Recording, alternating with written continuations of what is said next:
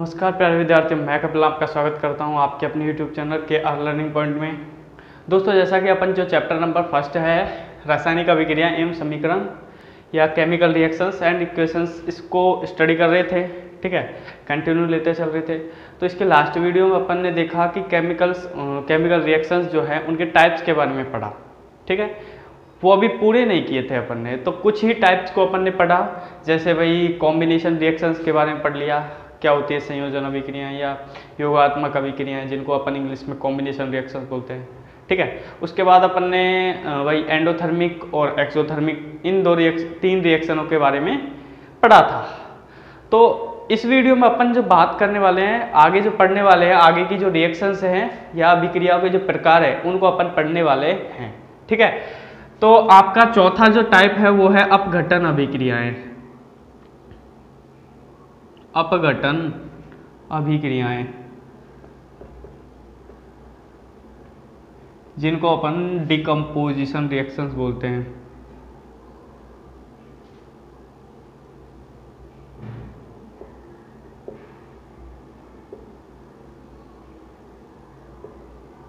Decomposition reactions, ठीक है। तो क्या होती है अपघटन अभिक्रियाएं? जैसा भाई अपन ने देखा संयोजन अभिक्रिया में, शब्द से ही देखा, संयोजन मतलब जुड़ना या योगात्मक योग होना। ठीक है, तो संयोजन अभिक्रिया में क्या देखा कि ऐसी अभिक्रियाएं जिनमें दो या दो से अधिक अभिकारक, ठीक है, वहां दो या दो से अधिक अभिकारक जुड़ के एक उत्पाद बन रहे थे। और यहां पर क्या है कि एक अभिकारक दो या दो से अधिक उत्पादों में बदल जाए, मतलब एक जो है ए पदार्थ जो है वो बी और सी में बदल जाए, या बोल सकते हैं ऐसी अभिक्रियाएं जिनमें अभिकारक दो या दो से अधिक उत्पादों का निर्माण करता है, या एक अभिकारक से दो या दो से अधिक उत्पादों का निर्माण होता है, उसे हम क्या कहते हैं? अपघटन या डिकम्पोजिशन रिएक्शंस बोलते हैं। ठीक है भाई, एक बार इसकी परिभाषा लिख लें, फिर अपन इसके टाइप्स को देखेंगे। ये जो देखो डिकम्पोजिशन रिएक्शंस जो हैं, अपघटन अभिक्रियाएं जो हैं, ये तीन प्रकार की होती हैं। अभी टाइप्स को अपन देखेंगे, एक बार देख लेते हैं परिभाषा। ऐसी रासायनिक अभिक्रियाएं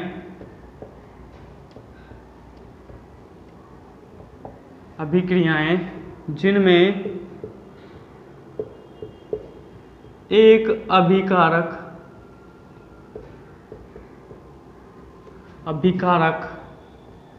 दो या दो से अधिक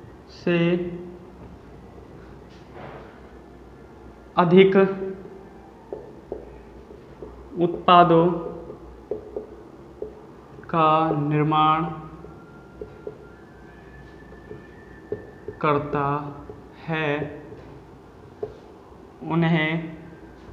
करता है, या होता है, उन्हें अपघटन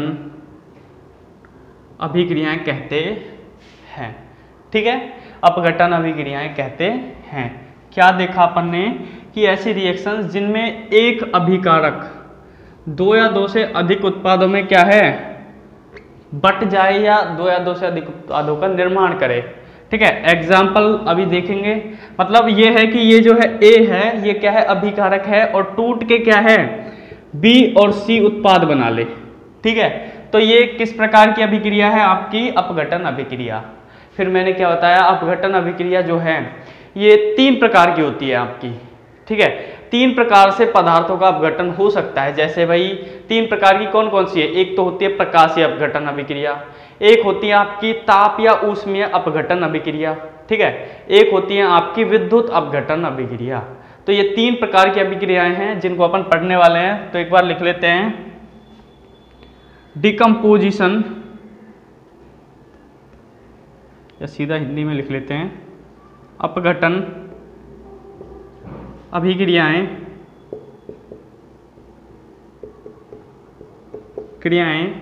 मुख्यतः तीन प्रकार की होती हैं। ठीक है, कौन कौन से? पहला है आपका तापीय या ऊष्मीय अपघटन तापीय या ऊष्मीय अपघटन अभिक्रिया, जिसे बोलते हैं थर्मल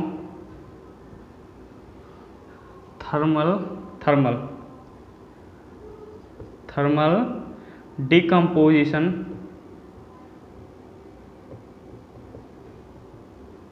रिएक्शंस। ठीक है, दूसरी आपकी है विद्युत अपघटनीय अभिक्रिया। क्या? विद्युत अपघटनीय अभिक्रिया, जिसे बोलते हैं इलेक्ट्रोलाइटिक डिकम्पोजिशन रिएक्शंस। ठीक है, तीसरी आपकी है प्रकाशीय अपघटन अभिक्रियाएं, जिसे बोलते हैं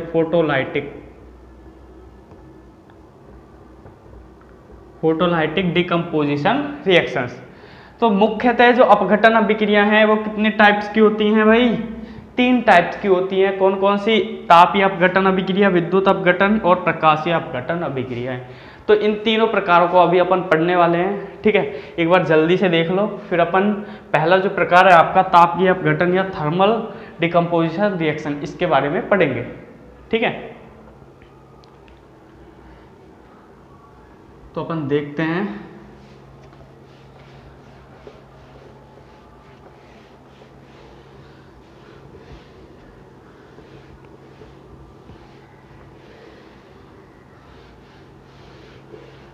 तो पहली जो है आपकी कौन सी है भाई?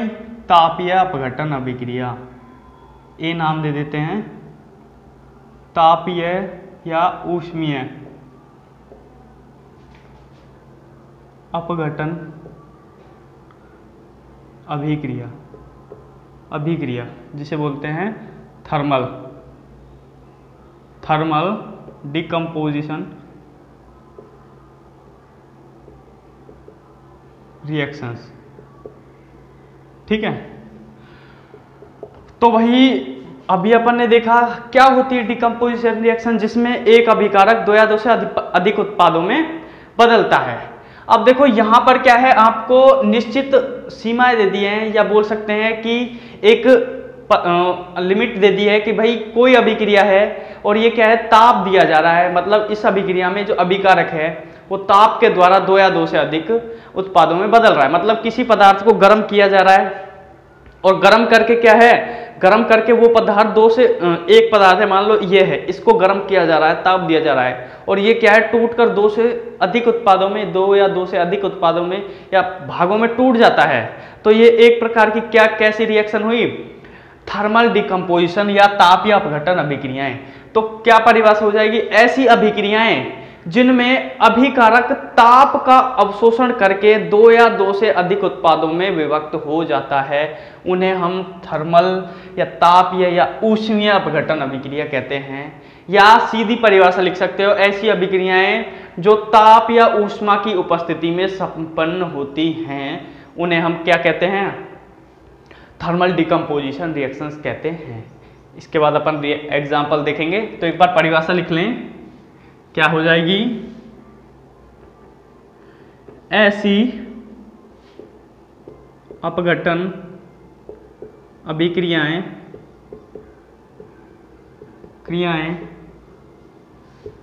जिनमें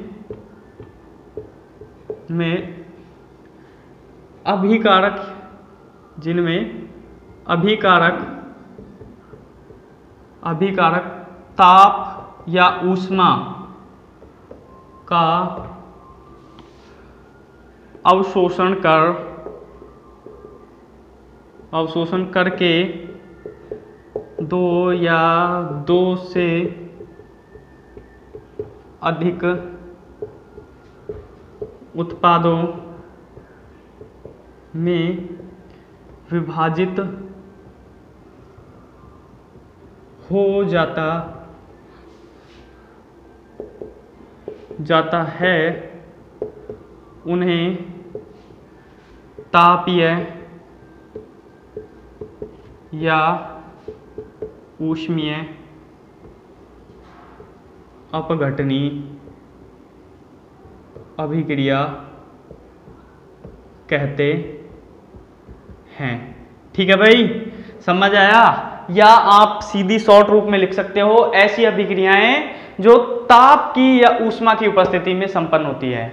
ठीक है, ऐसी अपघटनीय अभिक्रियाएं जो ताप या ऊष्मा की उपस्थिति में संपन्न होती हैं, उन्हें क्या कहते हैं? तापीय अपघटन अभिक्रिया।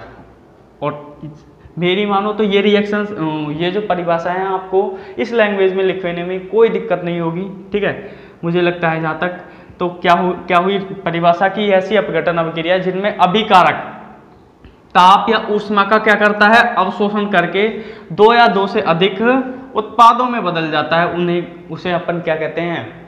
थर्मल डिकम्पोजिशन रिएक्शन कहते हैं। एग्जाम्पल देखें तो एग्जाम्पल आपका एक नॉर्मल एग्जाम्पल ले लेते हैं भाई। आपको मैंने बताया था कि जो CaCO3 है, कैल्शियम कार्बोनेट जो है, उसका निर्माण किससे हो रहा था भाई? कैल्शियम CaOH का होल ट्वाइस से।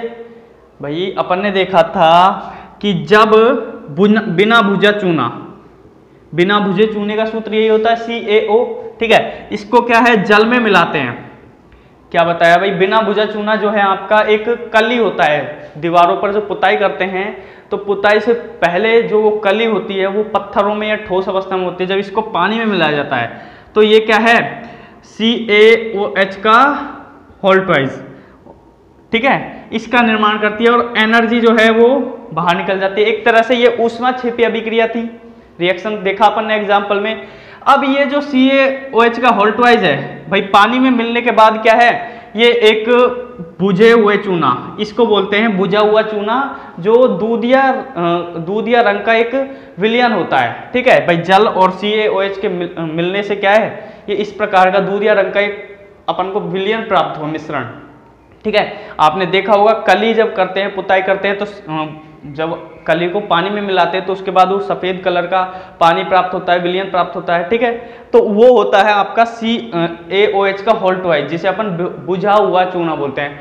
अब इस बुझे हुए चूने की क्या है? दीवारों पर अपन ने पुताई कर दी। ठीक है, क्या कर दी? पुताई, कलर या पेंट कर दिया। और पेंट करने के 2 से 3 दिन बाद, जब दीवारों पर पेंट कर देते हैं तो 2 से 3 दिन बाद ये CaOH का होल ट्वाइस जो है किससे क्रिया कर लेगा? वायुमंडल में जो CO2 उपस्थित होती है। ठीक है, इस प्रकार होगी ये रिएक्शन, CaOH का होल ट्वाइस प्लस CO2 वायुमंडल की CO2 से क्रिया करके क्या है? CaCO3 बना लेता है। ठीक है, इसको बोलते हैं अपन कैल्शियम कार्बोनेट या संगमरमर।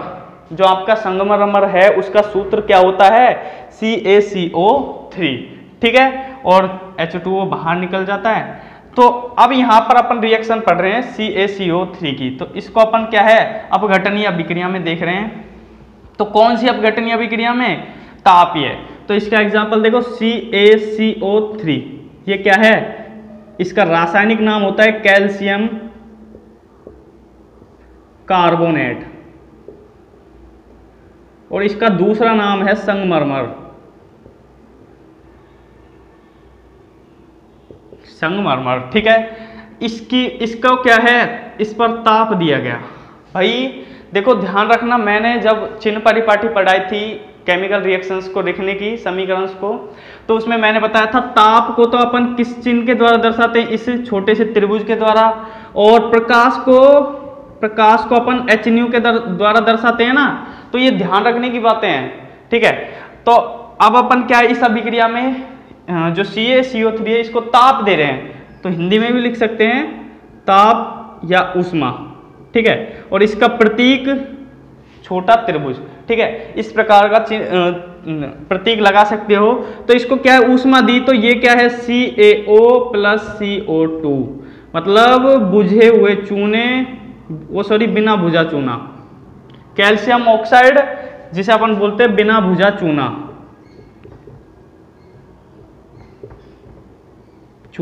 और ये होता आपका कार्बन डाइऑक्साइड। ठीक है, इसमें बदल जाती है। तो ये देखो, एक अभिकारक ताप की उपस्थिति में 2 या 2 से अधिक उत्पादों में बदल रहा है ना। तो ये कैसी अभिक्रिया है?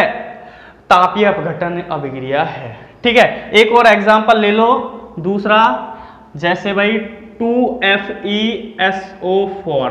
एक बार इनकी अपन भौतिक अवस्था लिख लें देखो कैल्शियम कार्बोनेट, भाई संगमरमर जो है वो एक पत्थर होता है, ठोस होता है, तो ठोस अवस्था के लिए अपन कौन सा प्रतीक S लगाते हैं ना, तो ये S हो गया। CaO बिना भुजा चूना कैसा होता है, ये भी ठोस होता है, पत्थर अवस्था में होता है, तो ये भी सॉलिड है। और CO2 आपको पता है ये गैस होती है। क्लियर है भाई? ठीक है, आगे चलते हैं एक और एग्जाम्पल पे। तो वो जो एग्जाम्पल है आपका क्या है, 2FeSO4, इसका नाम है फेरस सल्फेट। ठीक है, इसको क्या है गर्म किया, वही भाई अपघटन कर रहे हैं, अपघटन करा रहे हैं, मतलब एक अभिकारक को दो या दो से अधिक उत्पादों में बदल रहे हैं, और किसकी उपस्थिति में, ताप की। तो ताप के लिए अपन कौन सा चिन्ह लगाते हैं, स्मॉल त्रिभुज या छोटा सा जो त्रिभुज है इसका। तो यहां पर बन जाएगा ये Fe2O3 plus SO2 plus SO3, इसको बोलते हैं अपन सल्फर ट्राईऑक्साइड, ट्राईऑक्साइड। ठीक है, इसको बोलते हैं, देखो यहां 3 है तो इसलिए ट्राई बोल दिया, यहां 2 है तो इसको बोलेंगे सल्फर डाइऑक्साइड।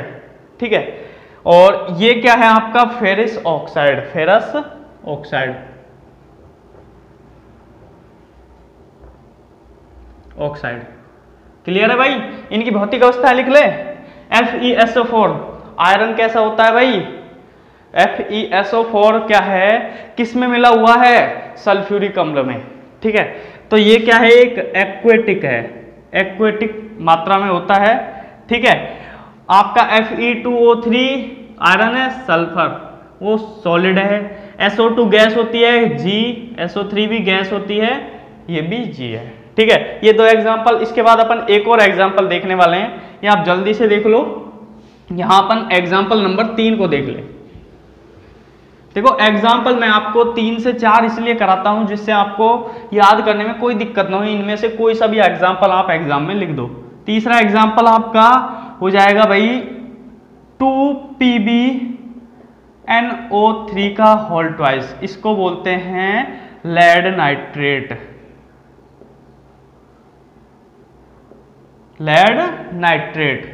ठीक है, ये अभी आपको समझ आ जाएगा कि क्यों इनको लेड नाइट्रेट बोलते हैं। आपका चैप्टर है कार्बन वाला, उस चैप्टर में अपन पढ़ेंगे कि इस अणुसूत्र का नामकरण जब पढ़ेंगे उसमें सभी के बारे में पढ़ लेंगे, हमको सबका पता चल जाएगा कि कौन से तत्व का या कौन से अणुसूत्र का नाम क्या होता है। ठीक है, तो अभी सिर्फ आप ये याद करना है आपको, ये आपकी जिम्मेदारी है। क्लियर है? क्या है भाई, अपघटन या अभिक्रिया है, तो क्या दे रहे हैं, ऊष्मा या ताप, या ये प्रतीक चिन्ह लगा दो। ठीक है, तो यहां पर क्या बना, यहां से 2 Pb 2 ऑक्सीजन, 2PbO, यहां बन जाएगा लेड ऑक्साइड। ठीक है, और क्या बना, 4NO2। ठीक है, और क्या बना, ऑक्सीजन। चलो मैं यहां से 4 हटा दूं, अब कुछ पिछला भी रिपीट कर लेते हैं अपन। ठीक है, तो सबसे पहली बात तो है कि ये रिएक्शन बताइए संतुलित है या नहीं है। तो भाई संतुलित करने के लिए अपन ने तरीका देखा क्या है कि सबसे पहले तो अभिकारक में अणु, परमाणु या आयनों की संख्या को देखो, फिर उत्पाद में देखो। यदि दोनों में सेम है तो अभिक्रिया संतुलित है, सेम नहीं है तो क्या है, असंतुलित है। तो देखें यहाँ Pb की देखते हैं, Pb कितनी संख्या है, इधर Pb कितने हैं भाई, एक पूरा अणुसूत्र है, इसका एक यहाँ पे है और 2 यहाँ पे, 1 गुणा 2 2, इधर Pb कितने हैं, 2 है। क्लियर है? ठीक है, ये हम मिटा देते हैं। अब इधर मैंने आपको ये सिखाया था इस तरीके का भी कि जब इस प्रकार का कोई अणुसूत्र और उसमें परमाणुओं की संख्या ज्ञात करनी है तो सबसे पहले क्या है, अपन को इसको सॉल्व करना है। मतलब इसमें क्या है, अब इसके आगे कोई संख्या नहीं है तो यहाँ पर अपन 1 मान सकते हैं, जैसे भाई O के नीचे 3 है, ऐसे ही N के नीचे भी कोई संख्या होती है, लेकिन नहीं है तो अपन 1 मानेंगे। तो इस 1 का गुणा पहले बाहर के 2 से और फिर इस बाहर के 2 का सामने वाले 2 से, तो N 1 गुणा 2 कितने, 2, 2 गुणा 2 बराबर 4, तो 4 कितने हैं, N यहाँ पर 1 ही है तो इसको 4 करने के लिए कितने से गुणा कर दें, 4 से। तो N कंप्लीट है। अब ऑक्सीजन देख लेते हैं। ऑक्सीजन कितने हैं भाई, इसके नीचे 3 लग रहा है अब, ठीक है। तो 3 का गुणा पहले 2 से, 3 दूना 6, फिर इस 6 का गुणा 2 से, 6 दूनी 12। तो अब ऑक्सीजन देख लेते हैं कितने हैं। ओ भाई एक कोई संख्या नहीं है तो 1 होगा, तो 1 गुणा 2, 2 यहाँ है। यहाँ संख्या है 4 गुणा 2 गुणा 4 8, तो कितने हो गए 8 और 2 10 और 2 12। तो ऑक्सीजन भी कंप्लीट है। क्लियर है भाई। तो इस प्रकार अभिक्रिया तो हो गई संतुलित। अब इसकी भौतिक अवस्थाएं लिख ले, ठीक है। तो भाई लेड नाइट्रेट जो है ये सॉलिड अवस्था में होता है भाई, सीसा जो है सॉलिड होता है, ठीक है, ठोस होता है। पीबीओ कैसा होता है, ये भी सॉलिड होता है। NO2 गैस होती है, ऑक्सीजन भी गैस होती है। तो ये आपके 3 एग्जाम्पल थे जिनको आपको ध्यान में रखना है, ठीक है। इनमें से कोई सा भी एक एग्जाम्पल आप चिपका दो जब आपका क्वेश्चन ये आए। क्लियर है। आगे के प्रकार पर, आगे के टाइप्स पर चलते हैं अपन। देख लीजिए जल्दी से, जल्दी से देख लीजिए भाई। अगला टाइप क्या है, विद्युत अपघटनीय अभिक्रियाएं, है ना। बी जो है विद्युत अपघटनीय अभिक्रियाएं, इनको बोलते हैं अपन इलेक्ट्रोलाइटिक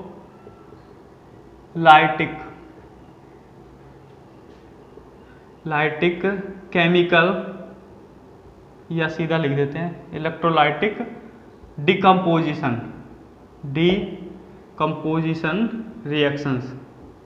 देखो शॉर्ट में लिखा है ये मैंने, ठीक है। आप मैं जो बोल रहा हूं वो ध्यान में देना। तो भाई अपघटनीय अभिक्रिया है, वहां अपन ने ताप देखा, तो वहां क्या परिभाषा देखी कि ऐसी अभिक्रिया है जिनमें अभिकारक ताप का अवशोषण करके अभिकार उत्पाद बना रहा है। और इसमें क्या हो जाएगा भाई, वहां ताप का क्या, यहाँ विद्युत का। तो ऐसी अभिक्रियाएं जो विद्युत की उपस्थिति में संपन्न होती हों, या दूसरी परिभाषा लिख सकते हैं दूसरे रूप में कि ऐसी अभिक्रियाएं जिनमें अभिकारक जो है विद्युत की उपस्थिति में 2 या 2 से अधिक उत्पादों में क्या है, विभक्त होता है, विभाजित होता है, उन्हें हम क्या कहते हैं, विद्युत अपघटनीय अभिक्रिया कहते हैं। एग्जाम्पल अपन देख लेंगे। तो एक बार परिभाषा लिख लें। ऐसी अपघटनीय अभिक्रियाएं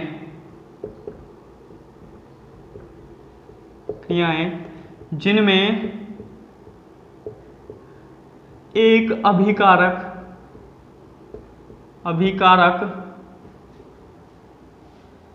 विद्युत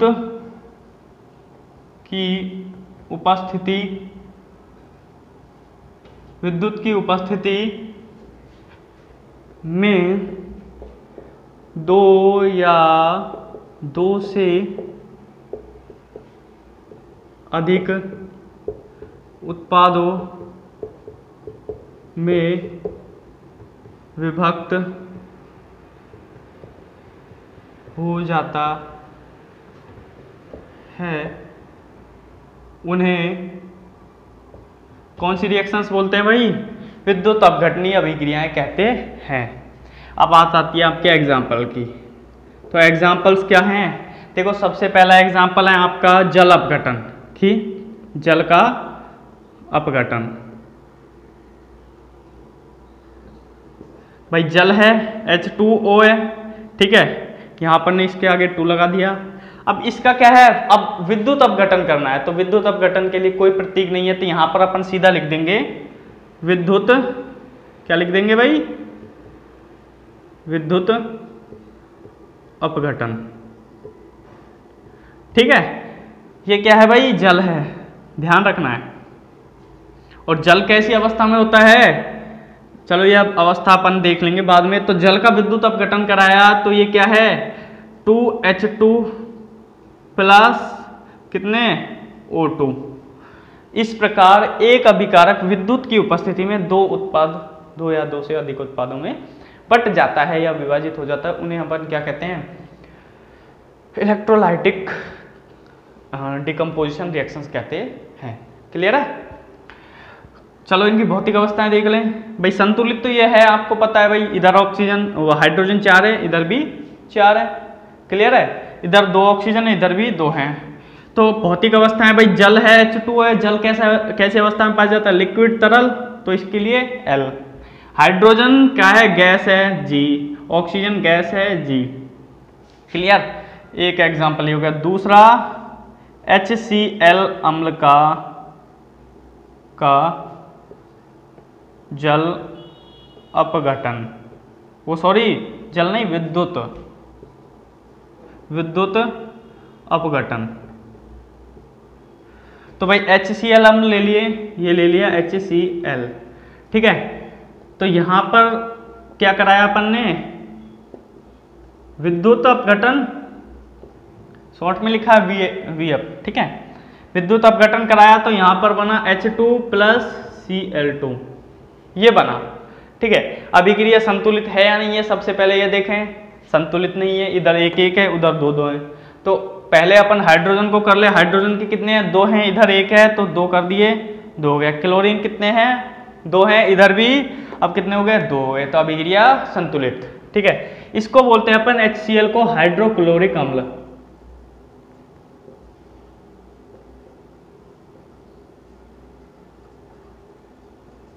ये आपका हाइड्रोजन है, ये क्लोरीन है। तो HCl अम्ल है, लिक्विड अवस्था में आएगा, तो इसको अपन एक्वेटिक लिखेंगे, विलयन अवस्था में होता है, ठीक है। हाइड्रोजन गैस है, क्लोरीन गैस है।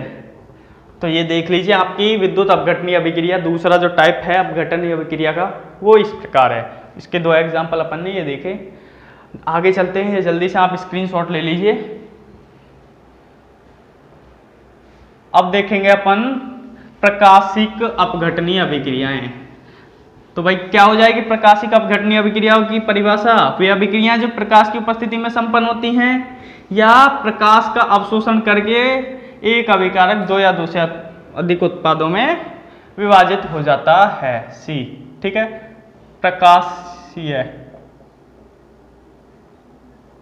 इसको बोलते हैं अपन फोटोलाइटिक।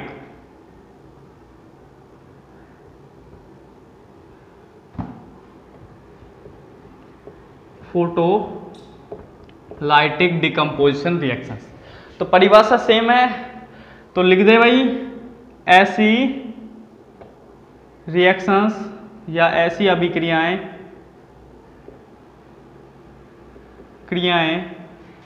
जो, या सीधा लिख दें, जिनमें एक अभिकारक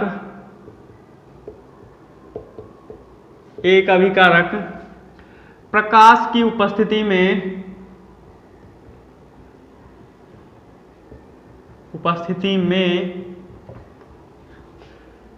2 या 2 से अधिक उत्पादों में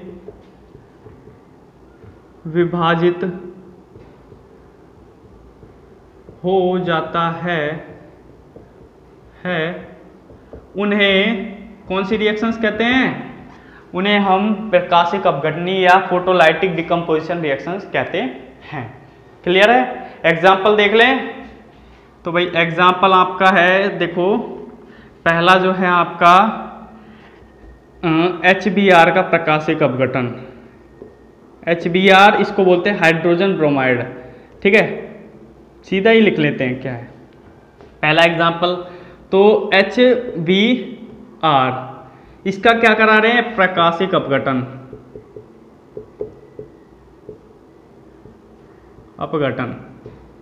तो मैंने क्या बताया था? प्रकाशिक जो अभिक्रिया प्रकाश की उपस्थिति में संपन्न होती है उनके लिए कौन सा प्रतीक लगाते हैं?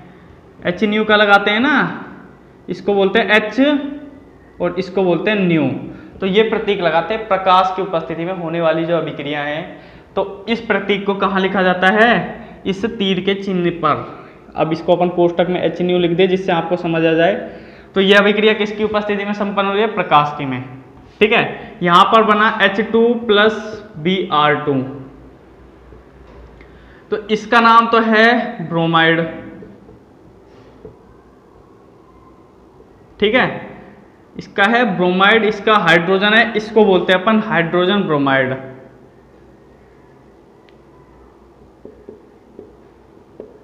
हाइड्रोजन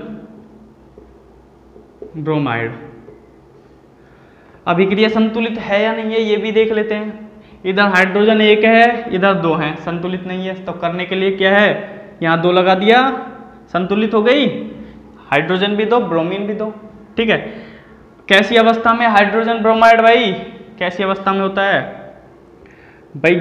ब्रोमीन भी गैस है, हाइड्रोजन भी गैस है, दोनों गैसीय अवस्था में होते हैं। हाइड्रोजन गैस है, ब्रोमीन गैस है, ठीक है। अगला एग्जांपल देखें आपका AgBr। तो 2AgBr, इसका क्या करा है, प्रकाशिक अपघटन HNu लगा दिया। तो यहां पर क्या बन गया, 2Ag प्लस Br2। Br क्या है, ब्रोमाइड है, ठीक है। तो अभिक्रिया इसको बोलते हैं अपन सिल्वर ब्रोमाइड।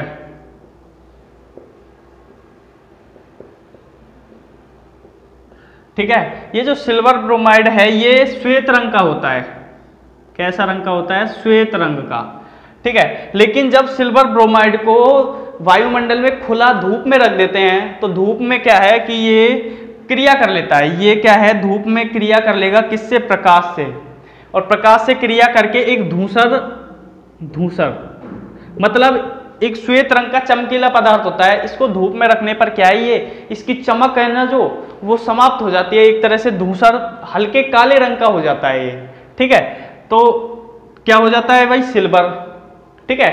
तो इस देखो AgBr का उपयोग अपन श्वेत श्याम फोटोग्राफी में भी करते हैं, ठीक है।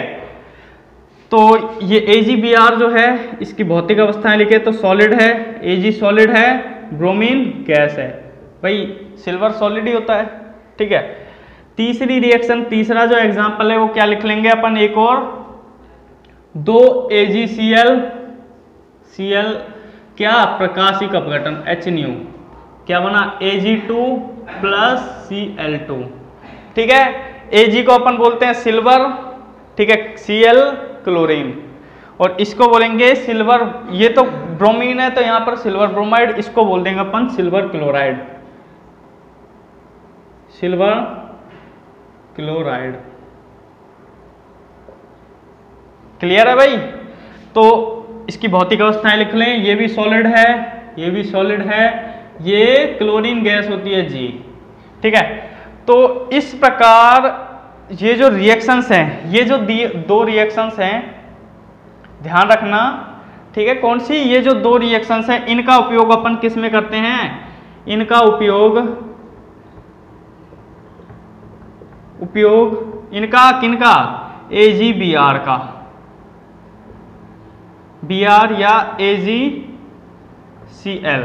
ध्यान रखना AgBr या AgCl का उपयोग, ठीक है, यहां लिख देंगे, का उपयोग श्वेत श्याम फोटोग्राफी में किया जाता है, जो आपकी फोटो कॉपी करने की मशीन होती है ना उसमें, ठीक है।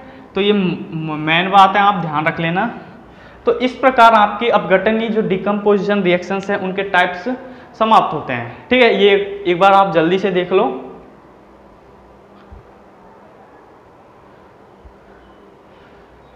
ठीक है दोस्तों, तो आज की क्लास में अपन इतना ही पढ़ेंगे। नेक्स्ट जो पढ़ेंगे आपकी विस्थापन द्विविस्थापन अभिक्रियाएं हैं उनके बारे में पढ़ेंगे। तब तक के लिए धन्यवाद दोस्तों। और दोस्तों वीडियो अच्छी लगी हो तो दोस्तों इसको अपने फ्रेंड्स के साथ शेयर करो, जिससे वो भी क्या है, उनको भी ये नोट्स प्राप्त हो सकें। और दोस्तों लाइक, कमेंट एंड शेयर और सब्सक्राइब करना ना भूलें, ठीक है। धन्यवाद दोस्तों।